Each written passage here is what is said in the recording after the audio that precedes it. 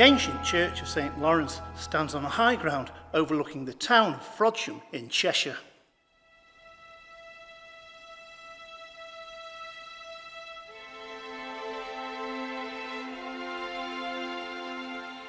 A church was recorded as having stood here before 1086, and indeed it was one Hugh Lupus who gave the tithes to the abbots of St Werburgh in Chester back in the year of 1093 AD.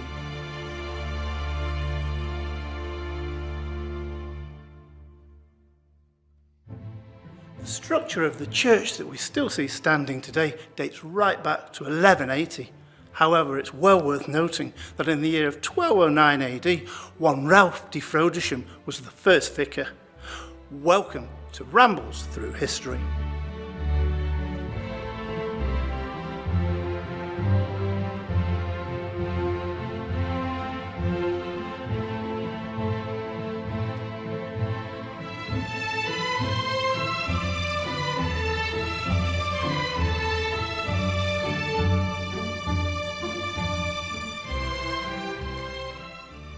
St Laurence's here at Frodsham was built by the Normans and consisted of a nave, a chancel and two side aisles.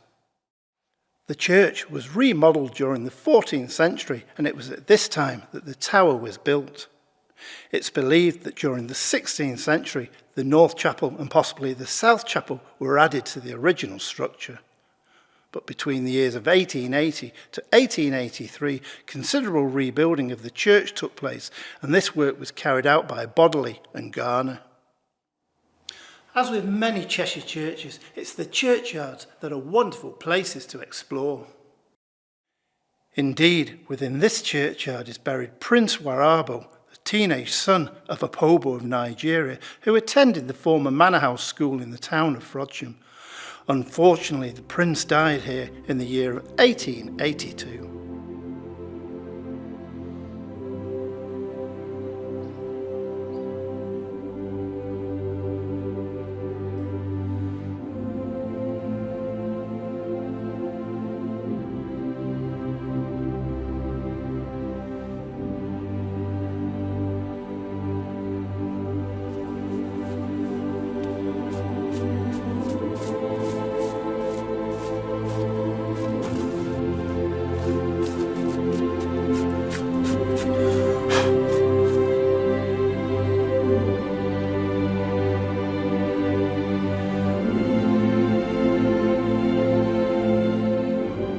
What always catches my eye when I visit St Laurence's here in Frodsham is this ancient stone coffin, or the remains thereof, including the lid, which is also in place but on the floor. Once ornately carved in fine detail, today it remains here in a poor state of preservation. This is one piece of the church's ancient history that I feel needs to be professionally restored and cleaned, and even taken into the church to preserve it for future generations.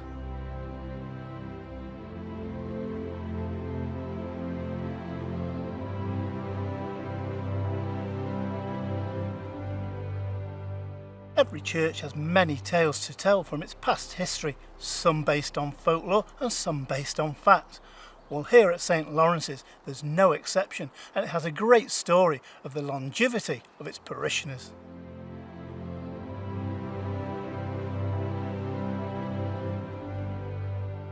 Now, if we're to believe everything that we read in the church records, then the church records hold a great story, for within those records there's a note of 4 very special burials. The first entry records that one Thomas Hough died on the 13th of March 1592 at the age of 141 years old. That's correct, 141. He was followed the next day by Randall Wall, who was a sprightly 103.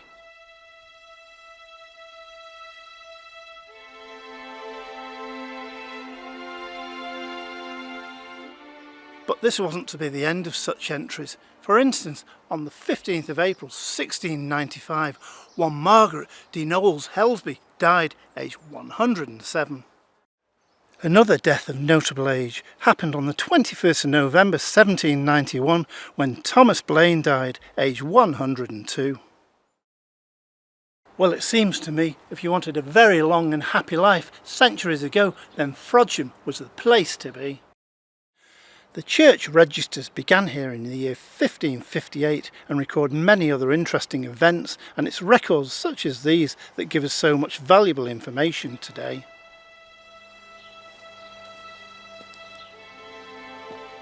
Now here in the churchyard we find on the south side of the church the ancient base of a stone cross.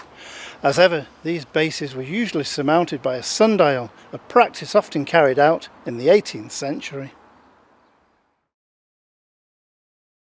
Well, here at St Laurence's we find one such sundial, cast in copper and dated to 1879. However, I know that this one replaces an earlier one that was cast in the year of 1790.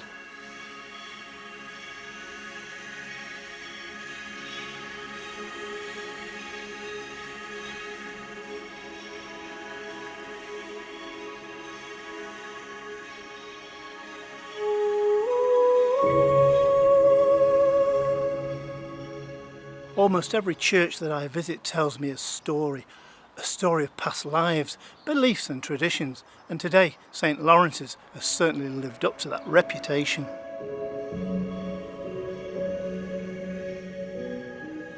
But at the same time, we must remember that we're privileged to be able to visit such sites, and it's worth remembering and respecting that these are the final resting places for loved ones from generations past.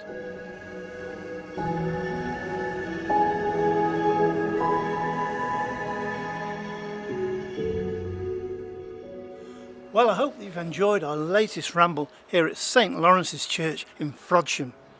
Why not join me again soon when we take more rambles through history into our past?